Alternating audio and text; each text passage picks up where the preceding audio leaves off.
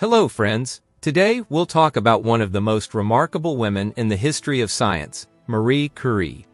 Everyone knows her name, but few realize the struggles she endured to make her groundbreaking discoveries. She wasn't just the first woman to win a Nobel Prize, she won it twice, and in two different fields of science. Imagine, the late 19th century, Poland under Russian rule, women barred from higher education. But Marie didn't just dream of science, she revolutionized it. Radioactivity, radium, polonium, X-ray machines on the battlefield, all of these were her doing. Behind her genius was an incredible strength of spirit. She worked in a shed with no money, no support, losing loved ones, yet she never gave up.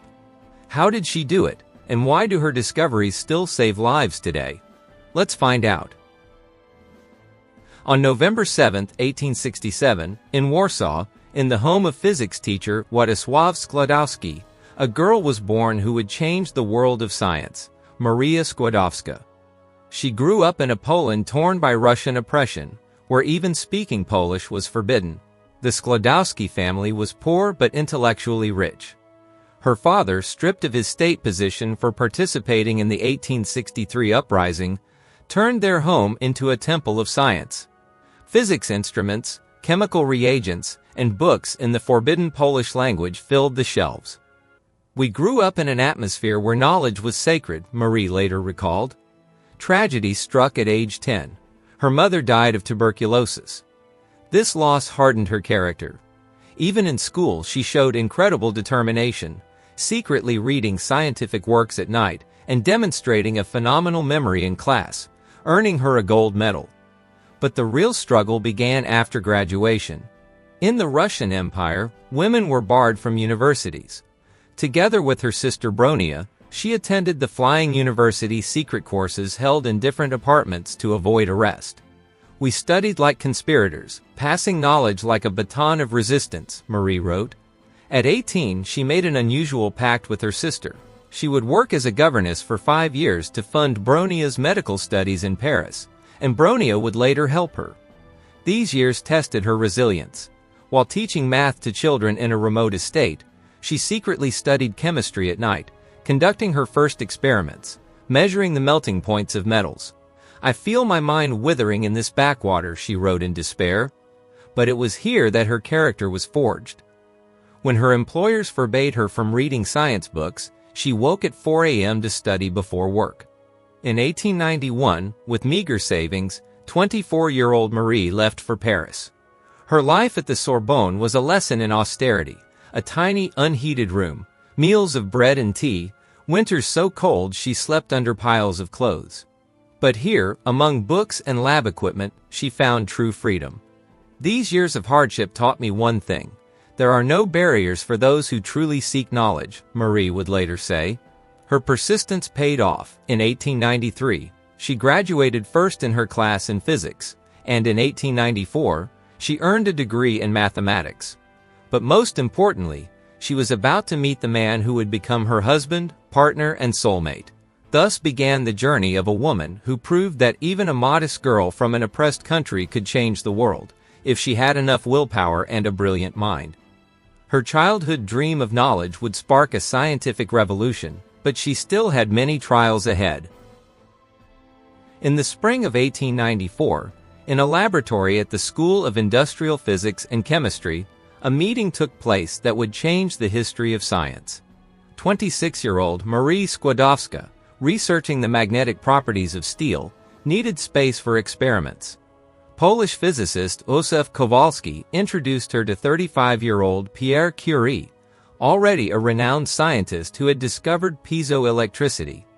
Their first conversation lasted late into the night. Later, Pierre wrote to a friend, "This Polish woman is a remarkable being. She speaks little, but every word is precise and profound." Marie was struck by his devotion to science. He lived in a tiny apartment, spending all his income on equipment. After their wedding in July 1895, where Marie wore a practical dark blue dress to later use in the lab, the couple turned an old medical school shed into their holy of holies. In winter, it was 6 degrees Celsius, 43 degrees Fahrenheit. In summer, unbearable heat. Yet, in these Spartan conditions, great discoveries were born. 1896 was a turning point. Henri Becquerel discovered that uranium emitted mysterious rays. Marie, using Pierre's electrometer, developed a revolutionary measurement technique. She manually processed tons of uranium ore, working 14-hour days. In July 1898, they announced the discovery of polonium, named after Poland, and in December, radium. Radium was a sensation. It glowed blue, emitted heat, and burned skin. But the scientific community was skeptical of that odd couple in a shed. When the 1903 Nobel Prize was announced, Marie was initially excluded. Pierre insisted, "Either we are awarded together or we refuse." Their lab notebooks from that time, still stored in lead-lined boxes due to radiation, reveal an extraordinary partnership. Marie's precise calculations alongside Pierre's philosophical notes. "We complemented each other, her methodicalness and my intuition," Pierre wrote. This was the golden age of their collaboration. In 1904, Pierre got a professorship at the Sorbonne, and Marie gave birth to their second daughter, Eve. April 19, 1906. A light rain fell over Paris. Pierre Curie, lost in thought after an Academy of Sciences meeting, hurried across the busy Rue Dauphine. He slipped and fell under the wheels of a heavy horse-drawn carriage. Death was instant, his skull crushed. In his coat pocket they found only a gold locket with Marie's portrait, the one she had given him on their wedding day. When told of the tragedy, Marie's reaction stunned everyone. Instead of tears, icy calm. In her diary she wrote, "Pierre, my Pierre, you lie there like a poor wounded man, with a bandage around your head. Your lips, which I loved to kiss, have turned gray." Only a week later did she finally weep, alone in a room with his belongings. Yet, in this moment, Marie Curie's incredible strength emerged. Just a month after the funeral, she made an astonishing decision, to take over Pierre's chair at the Sorbonne. On November 5, 1906, she gave her first lecture. The hall was packed. Many came just to see the widow. But Marie began exactly where Pierre had left off. When we consider the progress made in physics over the last 10 years. Her voice trembled only for the first 3 minutes. Science became her refuge. In 1910, she isolated pure radium metal, and in 1911, she won a second Nobel Prize, this time in chemistry. When some committee members objected, "One prize is enough for a woman," she firmly replied, "This award is for new discoveries, not past achievements." But behind these triumphs was a lonely woman. At night, she wrote letters to her dead husband that would never be read. "They offered me your chair. I accepted, not knowing if it was right. Everything I do is for you." Her daughters, 8-year-old Irene and 2-year-old Evie, often found her crying over his lab notes. In 1911, she faced another blow. A scandal over her affair with Paul Langevin, Pierre's former student, a married man. Newspapers screamed, "A foreigner stole a French woman's husband." Only Albert Einstein defended her, writing, "No one has the right to judge your private life." When war broke out in August 1914, 47-year-old Marie Curie could have stayed in her lab. Instead, she revolutionized battlefield medicine, saving countless lives. Imagine, battlefields where thousands died not from wounds, but because doctors couldn't locate bullets and shrapnel. Marie solved this by creating the world's first mobile X-ray units. Within weeks, she converted ordinary Renault cars into portable X-ray stations, dubbed Petites Curies by soldiers. But that was just the beginning. She personally trained 150 women, including her 17-year-old daughter Irene, to operate the machines. "If men fight, women must save," she said. Conditions were brutal, freezing in winter, sweltering in summer. Once, her van overturned on a ruined road, yet she was back at work the next day. At the Battle of Verdun, she worked around the clock, locating shrapnel in wounded soldiers. "This frail woman in black saved us when even doctors gave up," one survivor recalled. But Marie didn't stop at X-rays. She developed radon gas sterilization for wounds and early radium needles for tumor treatment, all with little protection. Her hands were scarred from radiation burns. By war's end, the Petites Curies had served over 1 million wounded.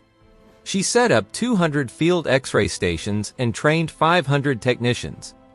Her methods became the foundation of modern radiology, saving countless lives in war and peace. The irony? She did it mostly alone, battling bureaucracy and shortages. If not for her stubbornness, thousands would have died from simple wounds, wrote one military doctor.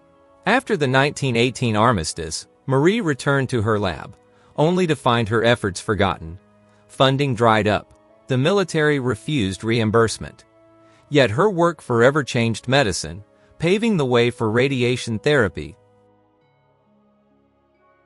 The 1920s. Marie Curie, now a two-time Nobel laureate, lived far from glamour. The world-famous scientist counted every franc for research, her lab coat stained with radioactive burns. In 1921, something extraordinary happened. American journalist Marie Maloney organized a fundraiser among U.S. women. Thousands of housewives, teachers, and workers sent $1 each for Madame Curie. With the $100,000 raised, Marie bought a single gram of radium, her treasure, as she called it at customs. But every triumph came at a cost. By 1930, her health was failing. Her fingers, decades in contact with radium, were covered in unhealing ulcers. Cataracts left her nearly blind. She endured 4 painful eye surgeries. "I weep not from pain, but because I cannot read," she confessed to a Wren. On July 4, 1934, her heart stopped. The cause, aplastic anemia from lifelong radiation exposure.